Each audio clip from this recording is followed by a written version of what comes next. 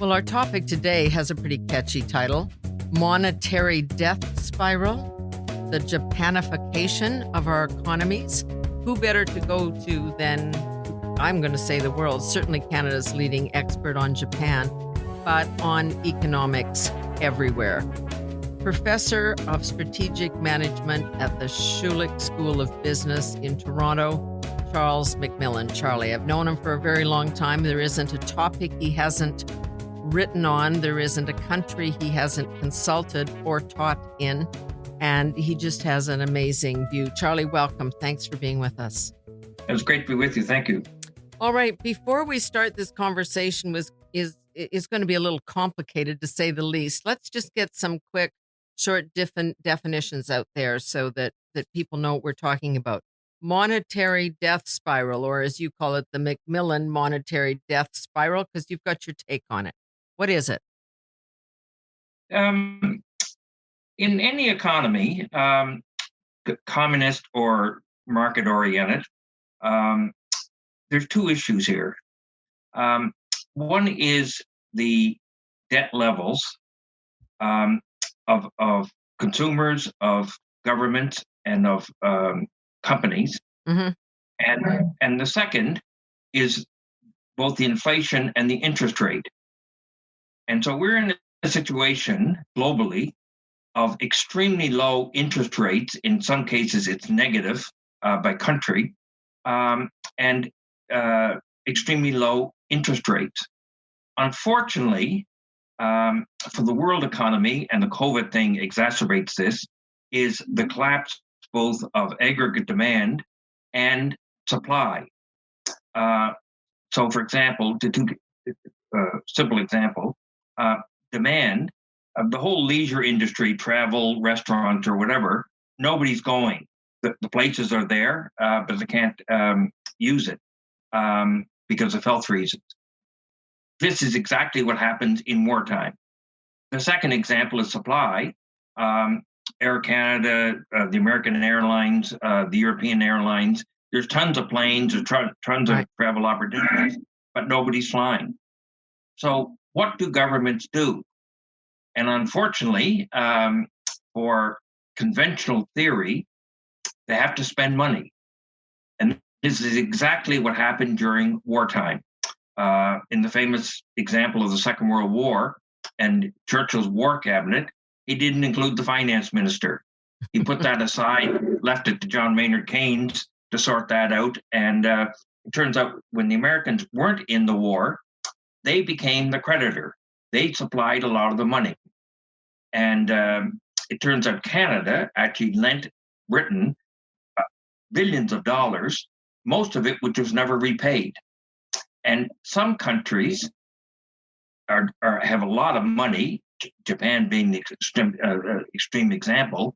And so governments are having to work together to sort out if the government have to spend the money to keep the economy afloat, where does the money come from? So that raises the question here, because what we're hearing in Ottawa these days is lots of talk of modern monetary theory, which just means, I guess, for the Bank of Canada to print more money and use that money not only for governments to spend, but to buy up government debt of the provinces, of the federal government, because who wants to buy bad debt? So we're seeing this happen, but we're not yet seeing the impact of either, well, we're not quite at negative interest rates, maybe we are, and inflation still hasn't gone up, which everybody says it should in this circumstance. Is it just too early? Well, one strategy here is monetize the debt through inflation, and that's been the experience of any number of countries. Zimbabwe being the extreme example, but this is the classic example in South America. But go back to the Bank of Canada or all central banks, Mm-hmm. and the Federal Reserve is begging the Senate to pass a bill to spend more money. But here's the paradox. There are a lot of individuals, a lot of governments, and a lot of companies loaded with cash. Apple, $200 billion. Warren Buffett, 200 billion. Toyota, um, the extreme case of Japan. Um, Japan is a high saving country. China is a high savings country, maybe 35% today. India, despite its poverty, is a high savings country. Mhm. So how do you mobilize those savings into, for example, assuming debt or spending? And the problem in Canada, the United States, but the United States is extreme case, it's been a very low savings country, and the negative savings is actually funded by China. China is willing to buy bonds from the United States. Well, that is certainly the thinking. This is a bit of a sidetrack here, but I mean, actually, China kind of owns the US debt, doesn't it? I mean, Well, Japan does too, and okay. so does India. Those are the three countries. Okay, Um, so usually when governments spend, and this is what they're arguing right now, that we just have to keep spending because we need activity. But what we're seeing in some of these statistics is that it's not leading to economic activity or actual growth in the GDP. well, that is a really interesting question, and here's the problem. And this is the problem in the United States, is the problem in Canada. In 1984, when the Maroney government elected, I don't want to get into any partisan issue. Right. The problem for Canada was very simple, stripped of all the footnotes and fancy conceptual issues. The issue was simple. Canada had about 800 billion in debt, which includes the federal government and the provincial government and their crown corporations, in some cases also the universities. So how do you fund that 800 billion? Well, the problem was we had in that period high inflation and therefore high interest rates. And high interest rates are necessary because to maintain the value of the dollar. If economic growth is less than the debt levels, you're assuming that something has to give. And how do you, in a policy sense, squeeze spending to lower the debt and therefore the deficit to get ahead of your annual interest rate payment?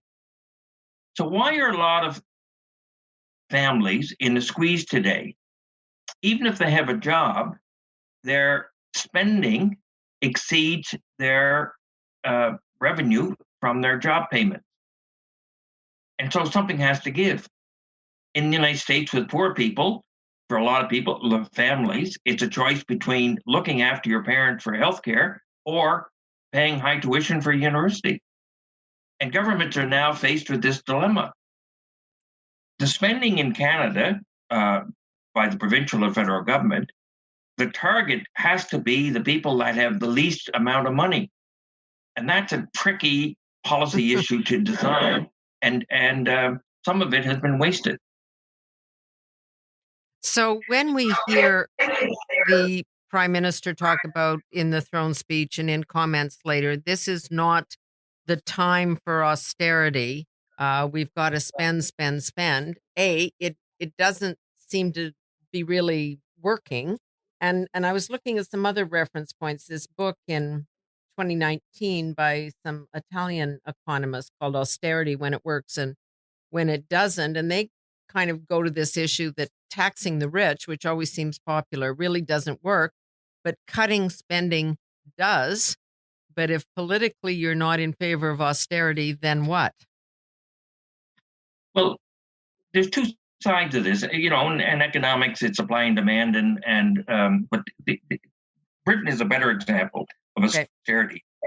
When you squeeze certain programs, healthcare, education, or whatever,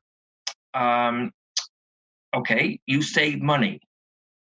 The problem in a lot of these programs is that they have second order consequences or longer term consequences. So when people don't go to a doctor or don't visit a nurse or whatever to treat illnesses, then a year or two later, certain problems happen. Right. The other side of that is that when governments spend, are they spending on a consumption basis or an investment basis. So issues like infrastructure, like education, are really proper spending because it's an investment where you get returns over time. The short-term issue of austerity during this COVID example, I think government just have to spend, but they have to target the spending to increase aggregate demand. The last thing you want is giving money, to people making over $200,000. Right. And companies, some of the companies in Canada have huge savings. They're not investing. And so that gets into the tax issues of targeting the companies that need it. In a lot of cases, that really means small business. Well, and I would rather err on the side of small business and farmers rather than big companies. And the idea that big companies need money, I think, is an error. That's the issue we're seeing now. The governments are talking about maybe bailouts for smaller carriers and whatnot. But what we've seen through this whole piece, and I look at the world through the Saskatchewan lens, no direct aid in any way for farmers. Not that a lot of them would take it anyway, but all they got was the ability to increase their debt load. They could borrow more and pay back more slowly. And nothing really for the energy sector, which is still a job creator, which puts money in the hands of the small businesses that are part of that industry, trucking, hauling, all of those things. Or the Ontario steel industry. Or the steel industry, all the things that are part of that whole sector. So the money hasn't gone there. So are we just doing exactly the wrong thing? Well, I think that's an overstatement, but good. But I think the fact that energy. The good news is about the energy industry is that many players in the energy industry understand, companies like Shell and BP, the transformation taking place in the energy industry away from coal and away from certain forms of oil. Mm-hmm. The specific Canadian problem is we've got huge reserves in the Western Sedimentary Basin, which really means Alberta and Saskatchewan, but it's not near tidewater. And how do you get the energy in the short term to tidewater? And this gets into pipeline politics. Of course. And this is immensely partisan, and unfortunately, it's zero sum. You win or I lose. And I think that's a terrible position to get into. And this has been a 15-year-old problem in Canada. So now let's move to the next phrase, the Japanification that you have written about. This is one of your many areas of expertise. In my mind, that never sounds like a good thing when you say the Japanification of the U.S. economy, or maybe even the Canadian economy, because we associate that with low birth rates and businesses that are not investor friendly, et cetera. And even though there's lots of savings, not a strong economy. So what do you mean when you say the Japanification of the economy? This is a phrase that started with Japan, but it actually has a global problem. And it's fundamentally the demographics of a country. So let me give you a couple of examples. If you take Canada, or if you take the province of Saskatchewan, or the province of Prince Edward Island. Your home turf. Essentially what you mean when you're looking at the demographics is three groups. Let's say under 18, so young people, over 65, people in retirement or ready retirement, and the third group between 18 and 65, which are the working population. Now, you can adjust that. It might be 24 to 65 or whatever. The problem in Japan is a low birth rate and almost no immigration. Right. The other side of demographics which applies to virtually all advanced countries, is that people are living longer, and especially in Japan, where women and men now live to 86 and 84. And Japan has more people over 100 years old than any country in the world. But this issue of demographics is now extended to Italy, most Western countries, and surprisingly, China. And this is called the aging of the economy.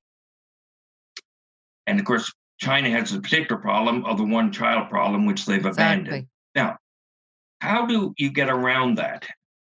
Obviously, in today's world, the easiest way, but the most politically difficult in Japan, is immigration. So when I was in Ottawa, I appealed with the Prime Minister and I appealed with several cabinet ministers that Canada was the only country without immediate access to 100 million people. And as a G7 country, in population, we were too small. So various people, including Flora MacDonald, who came from Cape Breton, she was elected in Kingston, but she actually came from Breton, right, knew that Atlantic Canada was facing this problem, and that was then. It's a huge problem today in Atlantic Canada, where we have few immigrants coming to each province, and the population is aging, but more and more people from Atlantic Canada that live in Toronto or Regina or Calgary or Vancouver, what are they doing in retirement? Moving back to Atlantic Canada. So go back to these three groups: young people, say up to 24 or 18, whatever calculation you want to use. These people require services mostly from government. The obvious one is education. The people over 65 in retirement or facing retirement also need government services, most dramatically, healthcare. The people that pay for all this is the working population, roughly between 24, let's say, and 65. Well, in Japan, the working population is declining and more people are retiring. And what does that mean? More government services. And this is what's happening around the world in all advanced countries. Now, if you look at specific examples, using Europe, okay, you got the massive aging in Italy, almost identical issue of Japan.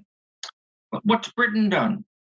The whole Brexit strategy is basically an anti-immigration policy. Donald Trump, stripped of a lot of whatever nonsense that he goes on about, it's basically an anti-immigration policy. And what is that going to do to the United States? It's going to squeeze the middle class and the working population. That's exactly the point. That is exactly the point. And when you get a little more technical, who do you find most of these immigrants are? They're very work conscious. They're very entrepreneurial. They're very family oriented. And for the most part, they don't want government services. And if you look at Western Canada, in the history of this, Western Canada is loaded with immigrants, basically thanks to Clifford Sifton in the Laurier government, following up on John A.'s thing to populate the West. But let me give you a statistic that will kind of shock you.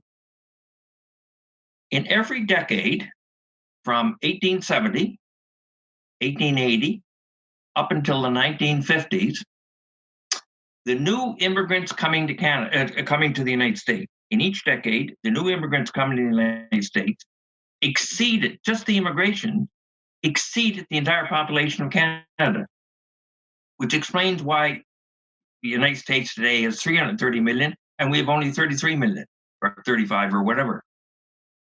So thanks to government policy, it started under Pearson, but it was accelerated under Pierre Trudeau, and it's been followed by every prime minister since. We've opened up the number of new immigrants. And that essentially means the following. If you were, as an immigrant, if you were young, single, and educated come to Canada. There's family issues, but essentially we've opened up our immigration policy, and that is very good news for Canada. But unfortunately, if you go back to Japan, Prime Minister Abe faces two problems, and I had breakfast with him, say 4 or 5 years ago, when he just became prime minister. In Japan, you have got a rural group of people, mostly old, who are against immigration. Right. It's just a political problem. But under Abe, if you look particularly at Tokyo, there are now more than 1.5 million foreign people working and working in Tokyo. If you talk to some of the politicians, they would double that and triple that. But you go to the rural areas, you get feedback. And this is exactly what's happened in the United States.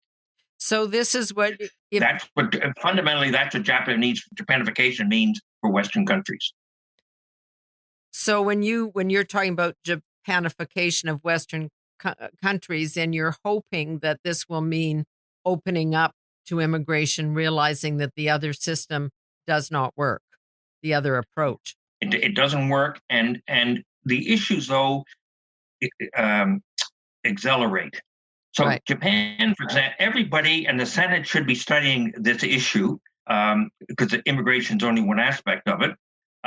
But it affects education, it affects medical issues, medical science. So, for example, why do Japan live longer than most other countries? It's partly the diet, it's partly nutrition, it's partly their food system, it's partly a superb medical system. The fact is that if you look at, say, roughly the population between Tokyo and Yokohama and Kyoto and Osaka, 90 million people, they are the richest, best educated, high disposable income of any country in the world. The rural areas is a different story. Yeah. Well, which is not unlike what we're seeing in the West as well. Okay, I've got a couple of. But your own province, Saskatchewan. Yeah. If you look at the four globally rich resources of Saskatchewan, it should be attracting millions of people from around the world. Absolutely. Whether it's oil and gas, uranium, wheat, or whatever. But what's Saskatchewan's problem? Maintaining its existing population. What's New Brunswick's problem? New Brunswick is losing 50,000 people a year. The same issues affecting Newfoundland. And we don't have sufficiently aggressive strategies, particularly, for example, in Atlantic Canada, to attract immigration. Okay, I want to ask you a couple of quick questions here as our time is flying by. So you said something to me just as we were beginning to speak about the debt in Canada now equals the entire government's budget as it was in the mid-1980s. Is that an accurate statement? I am simply shocked at the level of deficit. When we so it's deficit or debt? Well, the debt is just the accumulation of deficit. Right. And in 1984, the accumulated debt of Canada was roughly $800 billion, which includes the provincial governments and the federal governments and the Crown Corporation. And we had a budget roughly of $175 billion, and we inherited a annual deficit of $37 billion. And we had to keep the deficit, annual deficit, under $30 billion to please the bankers, because this would affect the exchange rate. And as you know, a lower exchange rate relative to the US dollar or the yen or whatever impacts not only inflation, but you have to import a lot of goods, including food, and it makes those goods much more expensive. Okay. So today's deficits with the COVID thing and affecting around the world are just stunningly high, and almost equally the entire budget of Ottawa in 1984. That's a stunning number. You've also written, well, not really recently, but in 2017. So I don't know what you think today. Should we be trying to do a trade deal with Japan at this point? There's so much controversy about our relationship with China, not just the situation, but everything else surrounding that, Huawei, you name it. Is Japan another place to go for us? Well, we're part of the TPP, Right. and this was badly managed under the Harper government. And I write that in my new book on my years in Ottawa. Um, we were the last to when TPP started. It was an American initiative, and stupidly by the Americans, it excluded both Japan and Canada as G7 members. But when Japan applied, we were the last to endorse Japan as being part of TPP. Then, when Trump got out of TPP, Trans-Pacific Partnership, Japan and Abe led that charge. So we are now part of the TPP process. What we have to do is to get back where we were under, particularly started with Pierre Trudeau, but Brian Mulroney in particular, but followed up by Chrétien, is to have regular meetings of the Canadian Prime Minister with the Japanese Prime Minister and several ministers, including the Finance Minister, and see exactly how we can work together, including on issues like the Arctic, where the Japanese have a ton of expertise and knowledge. The whole area of science and technology. But for example, you don't have to be much of an expert to know the strength of the Japanese car industry. And, we are kidding ourselves that the future of the car industry in Canada is dependent on Detroit. Detroit is in terrible shape. Right. But this applies to about 10 new industries, including, by the way, energy. In what way? The Japanese are the experts not in taking it, also true in mining, not Okay. in getting the resource out of the ground, but refining the resources to make advanced materials. So, for example, we are a big mining country. Where are we in the new fields, technological fields of advanced materials? Nowhere. Mm-hmm. And so hockey sticks. New hockey sticks aren't made with wood, for example. They're made with fiber optics or fiber materials or aluminum and different kinds of wood. Some of this stuff is made in Asia. A lot of it's made in China. Look at the aluminum industry. In the old days, we were dependent on airplanes using aluminum. Well, if you look at new planes today, it's all new fibers. That's advanced materials. If you look at companies like Uniqlo, right, which most young people know about, some of their clothing is all made with these new advanced materials. And where are we in Canada on that? Almost nowhere. The fortunate conversation we had recently with the Saskatchewan Research Council said Saskatchewan is second only to China when it comes to rare earths. So we're going to have a lot of those rare earth minerals to help us continue to build technology. Well, there's a very good example because, for example, the Toyota Prius and a lot of the new automobiles made in Japan require these rare earths or precious metals. Yeah. And Saskatchewan has a ton of expertise in this field. That's only one example. The food sector, the things going on in the food sector around the world, and I spent time in France, is unbelievable. And where the hell is Canada? I know. We've got a few things. AGT Foods. We're starting to sell not starting. We are selling lentils around the world to feed India and other places. But Charlie, you've just raised so many issues in my mind here, and I know you've got a new book coming out about not only your time in Ottawa, but the history of public policy. And there's another thing you've written about too, which is the phenomenon of zombie companies. And I really want to come back to you on that. So we will do another conversation with you very soon, I hope. Thank you so much for today. No problem. Great to be with you. I know these podcasts about economics can get kind of dense and complicated, but I think it's important. So if you're interested in this topic, please engage with us on social media. And if you're willing, please rate the podcast. I'm told it really matters.